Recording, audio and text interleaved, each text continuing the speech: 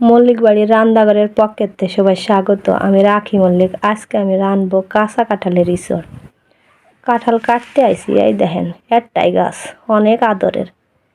তুলা তুলা করে রাখি, কাটতে মায়া মায়া করতেছে। যাগ্যে অবশেষে কাটলাম। এই যে উপরের কাটা ফেলাই দিছি, ভিতরে যা আছে তার টুকরা করে কাটে নিছি।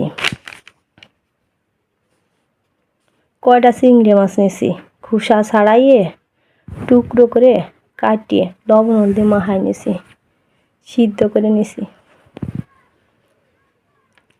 কড়াইতে তেল দিছি, মাছগুলো ভাজে নিছি।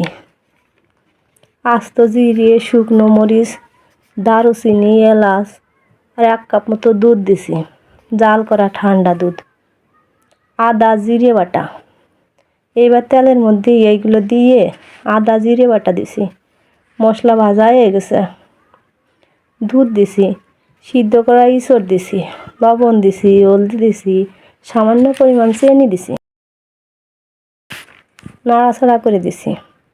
কিছুক্ষণ জাল হওয়ার পর চালের গুঁড়োর মধ্যে জল দিয়ে এরকম করে নিছি। এবার ইঁচড়ের মধ্যে দিয়ে দেব আঠালো করার জন্যে। আটকের জ্বালায় গরম মশলার গুঁড়ো দিলাম, বাটা দিলে ভালো হয়।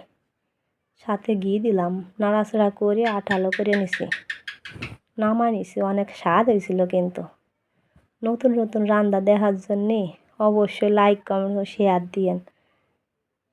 ইউটিউবতে ডেইলি নতুন হলে সাবস্ক্রাইব করে দিয়েন।